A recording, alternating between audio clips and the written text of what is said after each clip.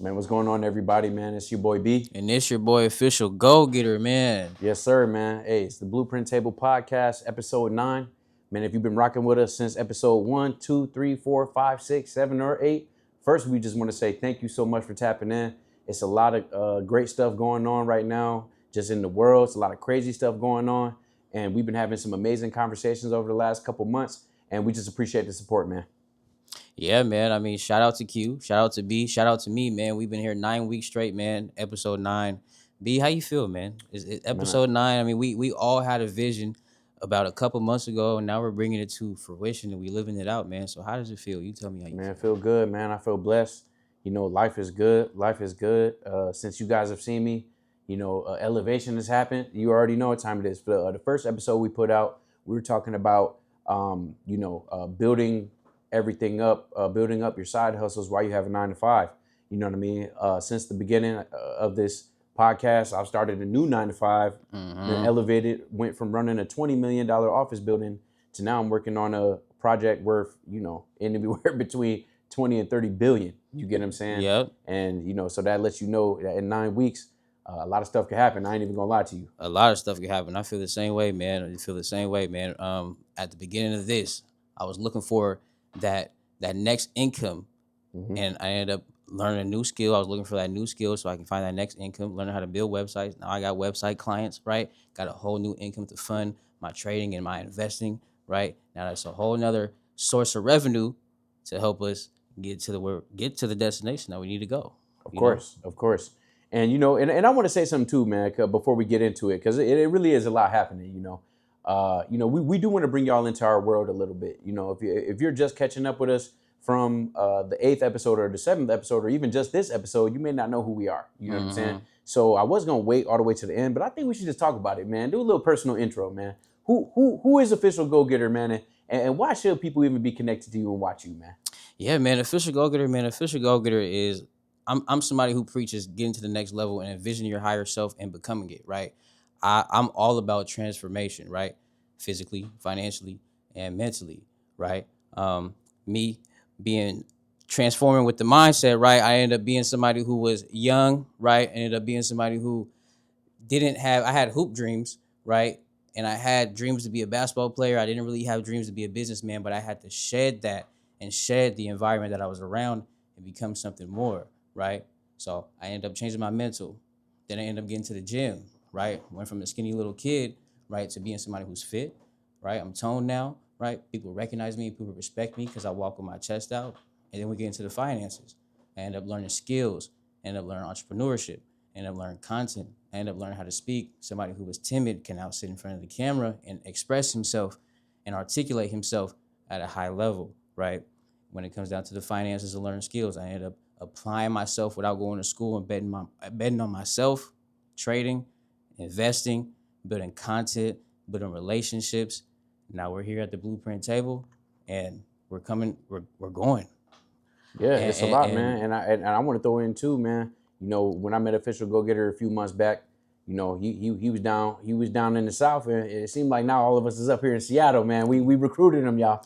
We recruited him. and we could talk about that as well. When it comes down to Official Go Getter, man. Man, I'm somebody who, if you're familiar with Washington, man, I grew up on the East Side, right? So my family, my mother and my pops, right, they grew up South Seattle, Central District, right? But I grew up on the East Side. They put me in Bellevue, they put me in Kirkland, so I ended up going to school with a lot of people who didn't look like me. I had to find out how to fit in and be more than just a basketball player, right? And it was hard.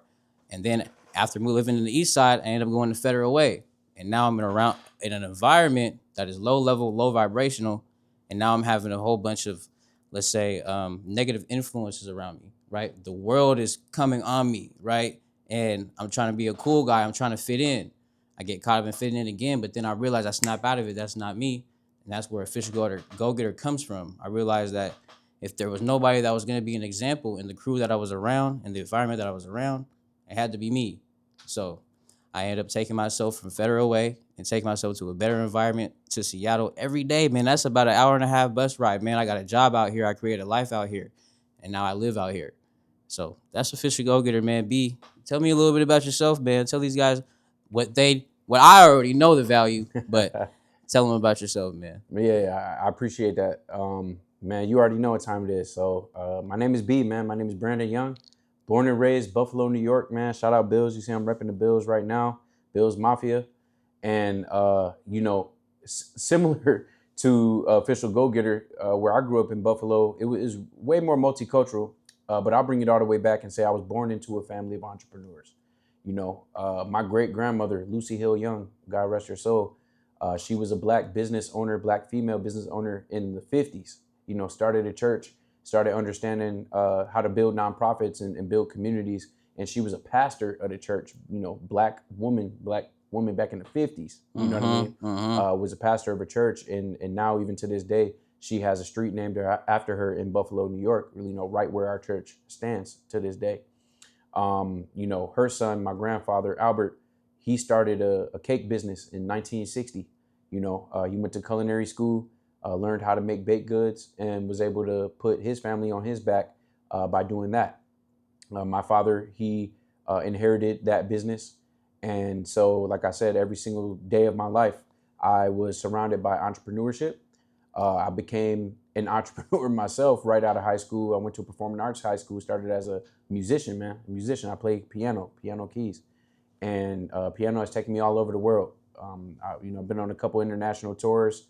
I lived on a cruise ship, and living on that cruise ship is actually what brought me here to Seattle. And COVID was a big eye opener for me. So just like how Official Go Getter had hoop dreams, I had those musical dreams. But you got to realize that everything that glitter isn't gold, and we can get into it probably another time. But sometimes life, or maybe even God or higher power, whatever you believe in, puts you into a position where you get what you think that you want.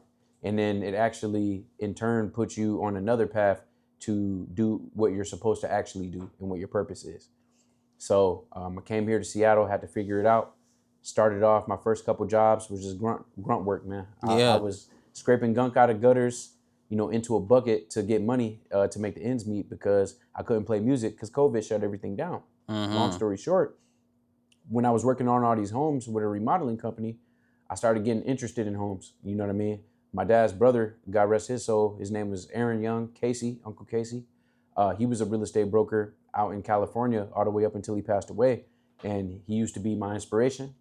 And he lived in a big old house on the hill in Riverside, California. And something clicked in me while we were on top of one of them rooftops. I'm cleaning out gutters, cleaning off roofs. And I was like, maybe real estate could be the way. I was seeing it, and became a pandemic broker is what I call it. Everybody who's in the real estate industry know what a pandemic broker is. A lot of people who were sitting at home, we all got all type of different licenses. You probably know some people who became a notary. Yep. People got their CDL during COVID. I was one of the guys who went and got my real estate license. Didn't know what I was doing. Didn't know anybody out here. So I just started hitting cold calls. Didn't really know how to sell like that. You know what I mean? But because I didn't know anybody, I hit cold calls with canceled and expireds. And I hit as many open houses as I could while still working that job.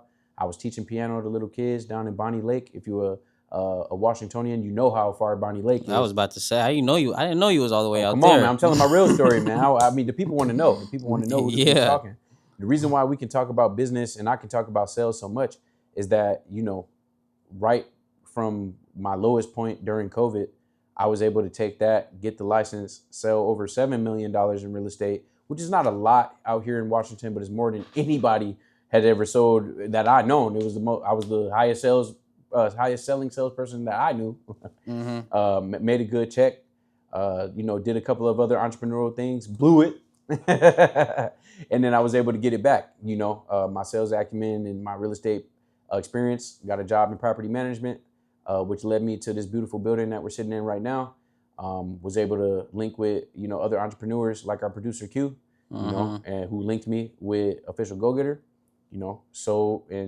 Made this building $2 million. And now I'm working for a huge entity as a consultant. I work in acquisitions now. And now the project I'm working on, like I said, is anywhere between that $20 billion, $30 billion once it's all said and done. And so, it's been a long road to get here. But the reason why I feel it's so empowered to come here every week and talk about economics and talk about business and talk about all these different things is because, this is for the people who are trying to figure it out, who are actively figuring it out, because we all are. And I feel like these conversations are important, man. I ain't even gonna lie to you. Yeah, no, they definitely are important. And you said a lot of valuable things, man. But the one thing that stuck to my head was I want to know how you ended up here on a cruise ship. Like, how did that process go? How did you end up You want to bring here? it there? Let me figure out how you settled in Yeah. Seattle. Yeah, man. You already know. So I don't got a name, you know what I mean? The name of the company, but anybody who's in the cruise industry, knows that there's only a few players, 5, 6 main cruise lines. So ironically, so I went to music college. I went to music high school. If I didn't say that already, I think I said that a couple weeks ago. But one of my guys from music college, he's a bass player. He invited me to come on a ship. You know what I mean? I didn't really know about it. Long story short, he like, hey, listen, man, we can play music 6 nights a week. You only got to play 2-3 hours a night. Mm-hmm. The whole rest of your day, you can chill out, relax. You know what I mean? This is pre-COVID, and you already know. You get a little bit of bread. We was getting like maybe $1,800 every week. Every week too. Yeah, man. You get what I'm saying? It was adding up. That's adding up. I ain't had no kids, no expenses. So I lived on that cruise ship, man, and lived on it for 6 months. In between going on tours, because like I said, I was on tour as well. Yeah. Been to Germany twice. Lived in Germany for a cumulative of 6 months. Mm-hmm. So been in almost every city in Germany. East Liebedisch. You know what I mean? You already know what time it is. For all my German speakers, man, I love you. You know what I'm saying? And long story short, man, like I said, in between those tours, I got on the ship. Ended up coming out here to Seattle shortly after that contract went. I was still in Seattle Mm-hmm. for various reasons, and I enjoyed the city and enjoyed the fruits of the city. And when everything shut down, I was like, hey, man, I think I should settle here. You know what I mean? So that's why I'm here. And how long ago was that now? It's like over 5 years ago. First time over touching 5 down. years. It's 2019, so 6 years ago. It was the first time I touched down in Seattle, man. Yeah. Yeah.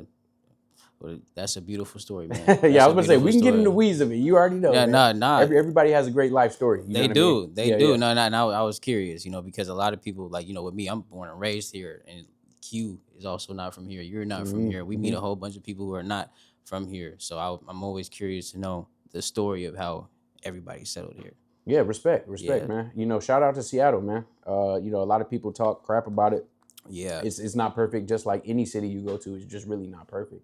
But I would say that the value is here. The reason why it's so expensive is because there's value here. That's all I gotta say. Yeah, I'll leave it at that. and for somebody who was new, so like, what was one of those things that's made you want to stay? What was something that just There's a couple different things, man. I'm actually say the scenery and the water, man. Yeah. If you go check me out on Instagram at _ Brandon J. Young. I did a breakdown of why Seattle is so expensive. Like, Seattle is in a very narrow land strip between, 2 large bodies of water, but honestly has, I would say, dozens of large bodies of water. Is one of the most unique geographical areas where you could be in the city, but you could see a snow-capped mountain, but you could also be in the water, see the city and the snow-capped mountain. Geographically, where Seattle is, the summers are probably some of the best summers that you'll ever experience. You know what I mean? Nobody, a lot of people on the East Coast, even in the summer, the sun might set 8:30, 9 o'clock.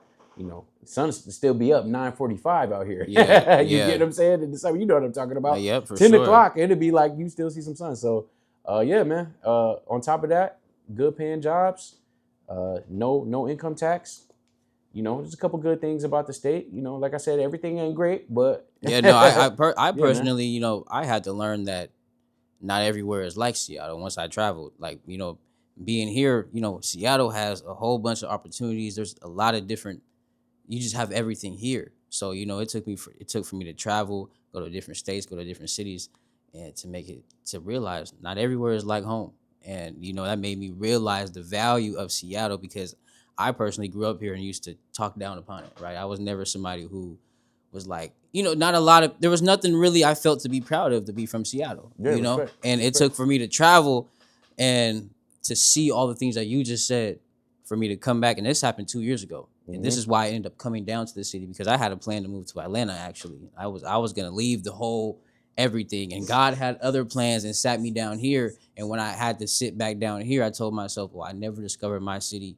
And God, he hit me with the dopest blessing ever, because the thing I wanted to build elsewhere, I had the opportunity to build right here. Business, I had to build friendships around business, right? I'm in front of the camera talking to a podcast, man, and we're growing. So Yeah, I think that's beautiful, man.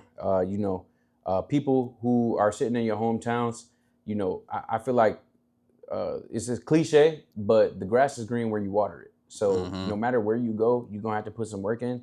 But yeah, look around and see if there's value for you in your city, wherever you are. And if you can't truly see it in your city, you can go to other cities and still be successful. So I just want to put that out there, and then I want to put one more thing out there as well. You know, out here in Seattle, for people who are even maybe teetering on, oh, do I want to move to Seattle? I've been interested in it. I've heard it's very expensive. I heard about the homeless. Come check it out for yourself and know that it is one of those up and coming major cities. Like I said, up and coming major cities, on the verge of being like a San Fran, Chicago, LA. I promise you. Yeah. But the difference is things are wide open for you. Niche businesses that are in abundance in a New York City or LA or Chicago, you Mhm. could come in here and be the only one. You get what I'm Mhm. saying? There's 10,000 people in New York trying to do a Pilates studio that also sells coffee and also has, a And that's DJ a a that's a DJ on the very that's weekend a very good because, point. there's so many people there. But out here, even just like us, no disrespect to anybody else who's doing podcasts like us out here, but I can't really even name 5 or 6 other groups that are Mhm. look like us doing what we do. And I hope that more come to strengthen the market. You know what I'm saying? So take that information and do with it what you will. Yeah, yeah, and just understand the fact that you have to deal with the fact that your baseball team hasn't been to a World Series in ever. So And you don't got no NBA team, which is going to bring us into what in the world is going on here in Seattle and just in the world, man. Um, Amazon, Amazon. For people who don't know, there are 2 major sides to Amazon. mhm. There's Amazon.com, and then there's something called AWS, Amazon Web Services, man. The Amazon Web Services outage. Today is October 21st, and yesterday, uh, it seemed like the internet broke. I was trying to use my phone, man, and there was a whole bunch of apps that weren't able to cooperate. The internet broke. It was safe to say, man. Man, so let's give y'all a little background for people who don't know, man. Amazon, which is based and headquartered here in Seattle, um, like I said, they have 2 different sites. Amazon.com, which is all of their commerce stuff, all a bunch of other products and large value entities within that umbrella. But the other side is their Amazon Web Services, which powers much of the global internet from servers, storage, apps, and back-end systems, man. Basically, yesterday, if you noticed that certain apps that you use every day weren't operating how they were supposed to operate, it's because they had some outages, man. They had some outages. One regional issue that started in their US East 1 region, it went down and it affected a lot of stuff, man. It affected a lot of stuff. It affected a lot of stuff, man. And here are Q, sorry, Q, my Some bad. key companies. It's all Some good. It's key all good. companies, man. Here are some key companies, man, that got affected, man. We have Apple Music is one. We got Delta is one, right? Just to name. Coinbase is one, right? Robinhood is another one, which is a brokerage app that I use myself. You got FanDuel, Fortnite, GoDaddy, HBO Max. I mean, the list could go on. Brandon, what do you see on this list? What do you see on the list that stands out to you? Man, the fact that one company can affect so many major apps. I mean, like you said, Snapchat, Venmo, Mm-hmm. man, even a McDonald's app, man. Mm-hmm. I couldn't even buy a Big Mac yesterday, doc. Mm-hmm. Nah, I'm just playing. I'm just playing, man. I'm trying to stay off the trying to stay off the fast food. But even McDonald's, man, got affected by this outage. One, I think that shows that, you know, just like I said, like there's not a lot of competition uh in certain large sectors. You know what I mean? I was doing some research here and I realized how ignorant I was and what I'm assuming the general public relatively is to even how many different internet providers there actually are. Mm. Do you get what I'm saying? Mm-hmm. From some of the research that I saw, Um, Microsoft, Amazon. Who has the other one? That's the biggest here. I got some other ones that are here. Okay, yeah, Microsoft, Amazon, and Google pretty much run the back end of the internet. So it says that the numbers were upwards of $70 million per hour that was lost in productivity and transactions, man. That's how much weight Amazon Web Services has for businesses and large entities. Um, I know you had asked, like, what do I feel about that, man? I feel like that's crazy. For What do sure. you feel about that? I feel like that's crazy as well, man. And it shows you the significance truly of AWS, man. As me being an investor, I'm familiar with the Amazon stock, and I did my research on the company. And AWS itself, which is just a part of Amazon's company, can be its own company, right? So it creates so much revenue that it could be a company on its own, right? And that just shows you how significant this cloud service that Amazon provides is. Well, I want to say a couple of things. I mean, it shows how valuable, infrastructure really is. Yeah. You get what I'm saying? If you don't understand, like the people who are the architects of the infrastructure that upholds anything, those are going to be the ones that are going to make or break you. You get what Yeah. I'm saying? Yeah. And I'm going to also say, I feel like the world is at the mercy of just too few providers of internet. Mm-hmm. If like a third of the internet shuts down because of one mishap of one company, come on, man. That's almost a little scary. It Yeah, almost and seemed then I like, you get what I'm saying? was it at the beginning of this year that we had CrowdStrike have that shutdown? Do you guys remember when CrowdStrike had that shutdown and a whole bunch of it was all of Microsoft servers, Yeah. Oh, right? Microsoft. I do All remember of that. Microsoft Yeah. servers Yeah. ended up Got shutting messed down. up. That's Yep. another example. I mean, with everything being digital and tech, you know, it does become a problem when we rely on just key companies to hold us up because what happens when that company falls?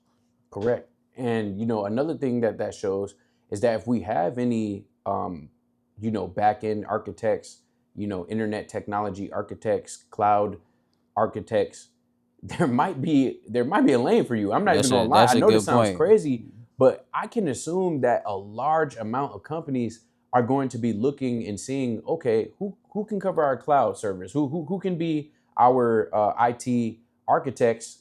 Outside of the Mm-hmm. big three, essentially, right? Mm-hmm. Amazon, Microsoft, and Google. So I think decentralization is something that is going to immediately happen off of this, because I can't imagine that every single company that had an outage is just going to say, "Oh, it's okay." Yeah, yeah, and I'm glad you brought that up because it's important to look at how things can be an opportunity, how they can happen for you and not to you only. And this is a perfect situation. Anybody who understands that type of engineering can build a product and now serve it to the big companies or any company you choose to. And there's a lane for that. For sure, for sure, man. So let's see here. We can stay on this topic, or I think we can move on a little bit to a couple of other things. What do you I'm think? thinking we can move on, man. Okay, man. So we're gonna get into some different industries here, man. We talk about a lot of economic uh, content and commentary. We've talked about real estate. We talk about tech almost every single week, just because it's so intricate and integral to what we do on the day to day. Hmm. But let's talk about luxury brands. Let's talk about luxury brands. The luxury conglomerate LVMH, which is made up of Moet, Hennessy, Louis Vuitton, which is the world's largest luxury conglomerate, they put out some messages that they're considering selling a 50% stake in Fenty Beauty, which is Rihanna's beauty line. Um, it says they want to sell their 50% stake. They've been in since 2017.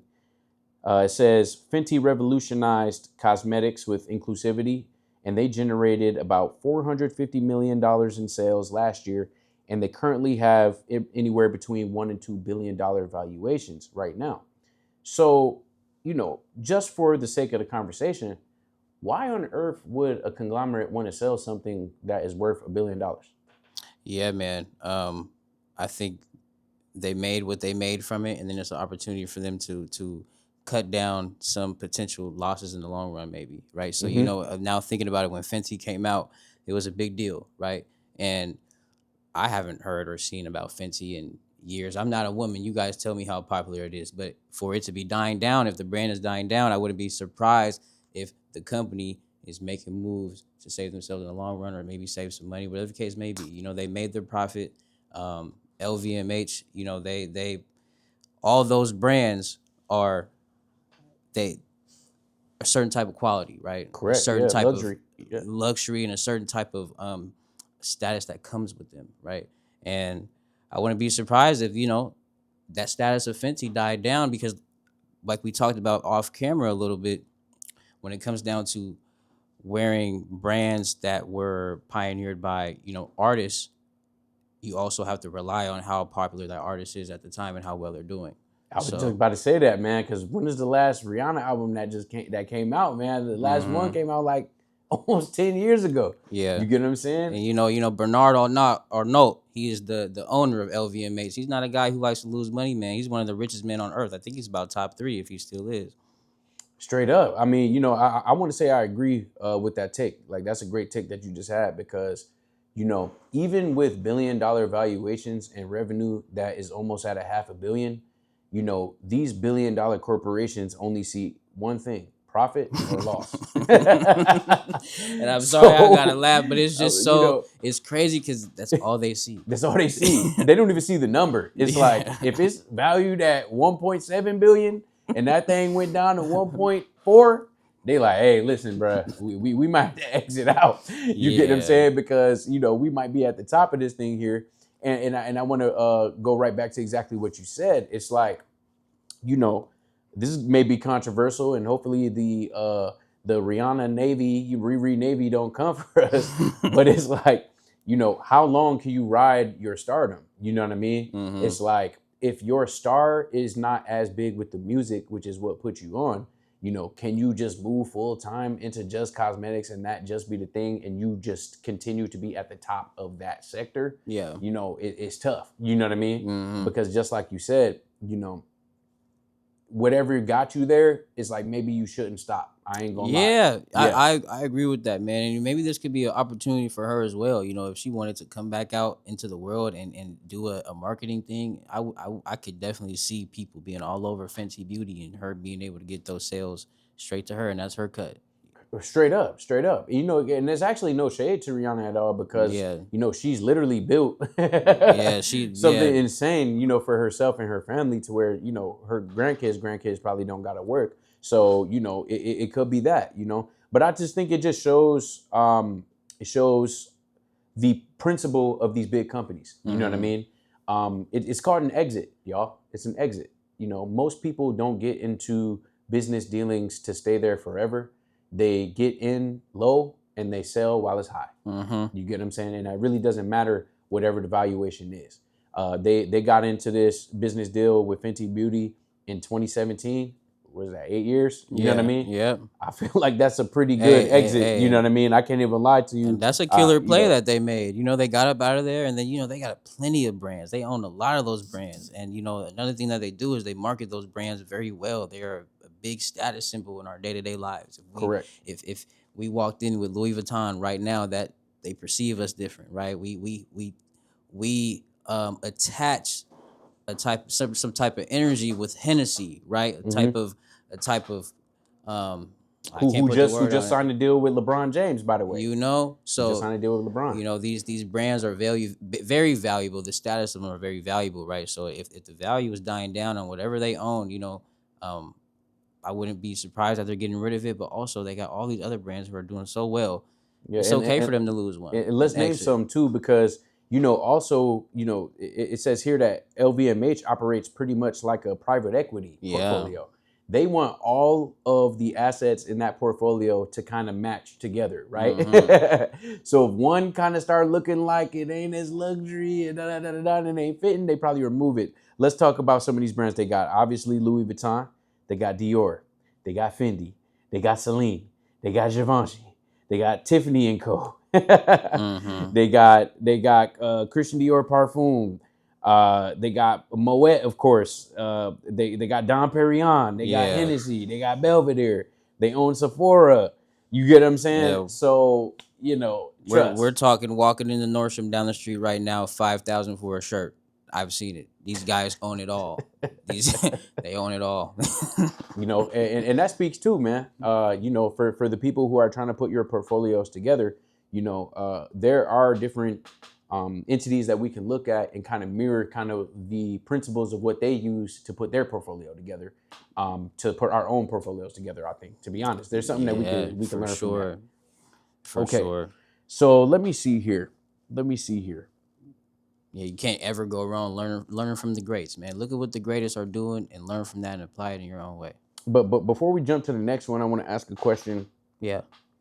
Do you think the celebrity brand wave is a little bit cooling off? Because I know that we even said that they just signed a new deal with Bron, but like, where are you at? Like, do you feel like you're influenced by celebrities? Like, would you buy LeBron's Henny just because he's LeBron? Okay, look, when you talk about LeBron Henny, I wouldn't so I probably wouldn't buy it just because it's LeBron, but I would probably I buy some would. LeBron Henny though. You I ain't know even what gonna I'm lie. saying? You I know. would try to buy that because it's But LeBron. if But I'm there's an just asking option, you though. there's an option with a Henny bottle without LeBron and LeBron's on it. I'm gonna try. You have influenced me to try Henny because of this LeBron, right? Yes. So for certain things, like when it comes down to clothing, Right, you ain't buying no LeBron shoes though right now. I'm not buying no LeBron shoes right now, right? And even when it comes down to like, I'm all about. I think in this era, you should be really focused on building your own brand. So if you're prioritizing anyone else's brand, that becomes a problem, right? It's not bad to support, but yeah, I don't think. I also think the brands are dying down, right? There's not too the celebrity brands are dying down. There's not too many celebrities that would influence me to buy certain clothing or buy certain. It just depends on the product for real. Respect. Yeah, I think that that's exactly what I was gonna say. Mm-hmm. I feel like it just has to match. You get what I'm Yeah. saying? Because I feel like for some people, like I would buy LeBron Henny, but like, am I gonna buy that every single time? Mm-hmm. Maybe not. You get what I'm saying? You know, if like Kevin Hart in Fabletics, it's like, you know, Kevin Hart, am I gonna buy Kevin Hart sneakers? Maybe not. You know what I'm saying? Yeah. But I did understand, you know, Rihanna and Fenty, or even like I know the girl from Stranger Things, Millie Bobby Brown. She started a whole product line and whatever the case is, and the people who she's influences is buying it. You know, I think this is just a good question. I think that I would say that I feel like celebrity has shifted a little bit, even in the last 10 years. Yeah. You know, but to be honest with you, with seeing some of these, even though, like I said, they're selling or considering selling some of their share or all of their share of Fenty, you know, the fact that they just inked the deal with LeBron, you know, clearly celebrity still has weight. Mm-hmm. Yeah. So let's move to the last thing, man. Let's talk about some Seattle sports, man. We are here in Seattle, Washington. And if you follow baseball at all, man, a lot of Seattle baseball fans are hurt right now, man. The Mariners, they did lose to the Toronto Blue Jays, 4-3. To be honest, I gotta say this. Man. You know, if y'all know where Buffalo is, man, I grew up about an hour outside of Toronto, dog. And when I'm out here in the West and y'all be talking about Drake and Kendrick, man, I be getting quiet because I be bumping that Drake still, man. I got rock with Kendrick. I love Kendrick. I still be rocking Drake. You know, Toronto Blue Jays, Toronto Raptors. I got love for them, man. I can't lie to you, man. How do you feel as a Seattleite, my guy? I'm the only. You know, you guys see how they doing me right now? You know, you got Q laughing in the back. He ain't even from here. You got Brandon who just gave the. I'm sorry. I just wanted us to be. I don't even care about baseball. I've never been a baseball player. I just wanted us to be in the World Series one time. You had the one chance in 20 years, man. I felt that in my heart. I just wanted to watch you guys succeed, man. I'm just, you know, I just wanted to see that legendary story fall through. That's it, man. Yeah. It would have brought a lot of money and opportunities to Seattle as well, a lot of recognition. You know, I feel like we deserve that one, man. But you know, a L is a L. But, you know, I want to ask a couple questions, though, because, you know, we've had some years in the past few years where the Seattle Mariners have definitely underperformed. Do you feel like there was a different vibe around the city with the Mariners winning? Dude, I feel like, yeah. Bro, I'm riding around on this scooter on the way home, man. Like, there's all type of people outside, and there's a whole different vibe. I've never just seen the vibe that that was given off. You know, it was beautiful to see. I don't know how to quite explain it, but I feel like there was just that different vibe. You know, everybody just had that different type of spirit. It felt like, you know, you just being a part of something real. You know, That's what it is. being a part of Yeah. something real, man. You know, that Mariners flag, that Mariners logo. That trident. You know, but I want to throw this in. You know, when your city's major league sports teams are winning, it brings money to the city. You get what I mean? It gets people out into the neighborhoods. You know, obviously I've worked in Pioneer Square, which is, you know, right near the Mariners Stadium for the last few years. Still work here to this day. And when I tell you, when the sports teams are doing well, this neighborhood is booming. The Yeah. city is booming. People Yeah. are supporting the local businesses. People are doing that. When your team is doing horrible, let me tell you, it changes the entire vibe. So, you know, I'm not gonna lie. Like I'm bullish on Seattle as a whole, but I'm also bullish on Seattle sports. You know, the Seahawks, as of right now, what are they? I think they're 5-2. You know what I mean? You had the Mariners getting one game away from the first ever World Series ever in the history of the Mariners.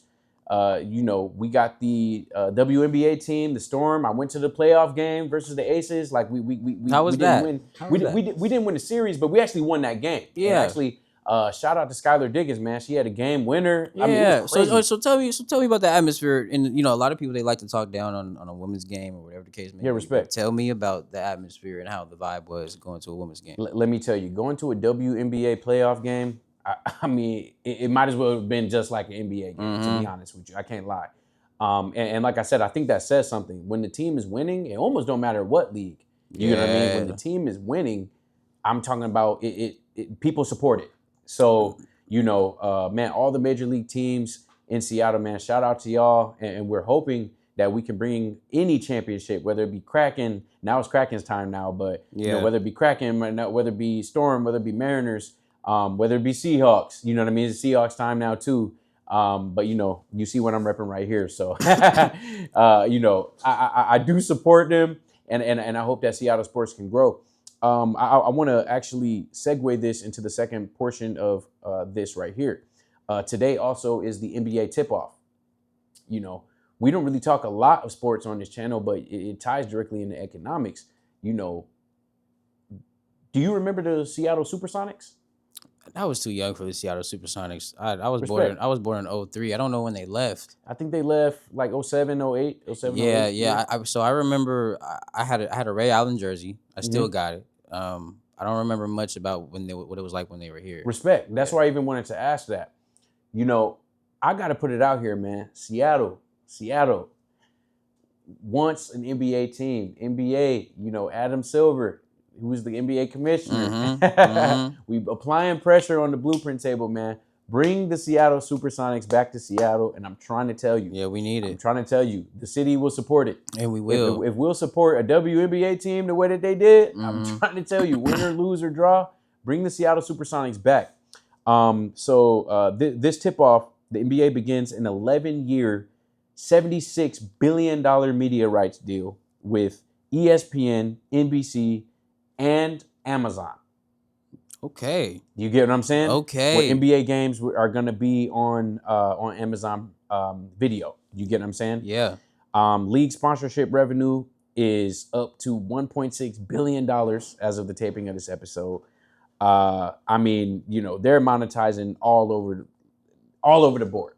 Do you think that Seattle could support an NBA team, and that the NBA would get their investment back, it would get some profit back if they brought him back to Seattle? I think so, man. I do think so, man. Especially with, you know, how much I've been coming down here lately, and I see the culture in our sports. I mean, every week it's packed for a Seahawks game. It's packed for, you know, a baseball game. We got the Kraken game. We got WNBA games. You know, we already got the sports culture.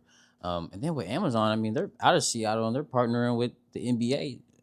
Amazon, you guys better do something, man. Come on, man. Come on, man. You guys better put in the word. You guys got to do something. Got to. Jeff, man, I know you on our side, man. You know, like I said, man, for us being Seattle-based, conglomerate ourselves, right? Mm-hmm. I'm trying to tell you, I'm excited for the future of our city. There's a lot of stuff going on. Like I said, there's a lot of crazy stuff going on. There's a lot of cool stuff going on. But as we kind of start wrapping up the year, we're almost through the first month of Q4. Yeah, man. What are you looking forward to next year as we kind of like wrap up the conversations today? Man, you know what I'm looking forward to next year is to, continue building on this momentum, man. This year was I laid a strong foundation for. Uh, I've always been laying the strong foundation, but this year I felt like I was actually being able to see the fruits of my labor. God is letting me see the fruits of my labor, and now it's time for me to flourish. So as long as I keep staying consistent and keep putting myself out there to grow, right, and put myself in uncomfortable positions and be comfortable with that, man, I'm just excited to just keep on flourishing and moving. Man, me too, me too. Thank you for sharing that. I feel the same way. I feel the same way. I feel like what this year has taught me so far, man, is that consistency is key. And I know it's so cliche, but I want to put this message out to anybody who's been second guessing themselves. You know, don't just look at the likes.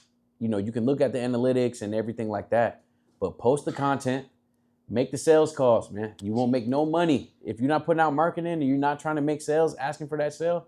You are not going to make money. So if you're starting a business, if you're in the business, if you're a salesperson, if you're somebody who's trying to grow a page, you're trying to grow a brand, you have to keep going. You have to be in it for the long haul. And that's exactly what we're doing, man. We in it for the long haul. We're showing up every single week, showing up every single day, tapping in every other day. You get what I'm saying? And that's what it takes.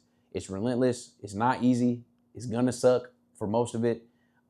In order for you to win, you're going to take a lot of L's, but it's okay. You know what I'm saying? And because every single L that you take, you're getting just closer to that win, man. As cliche as it sounds. Yeah, So, you are, man. And, yep. I want to bring up this good point that I learned from Myron Golden, man.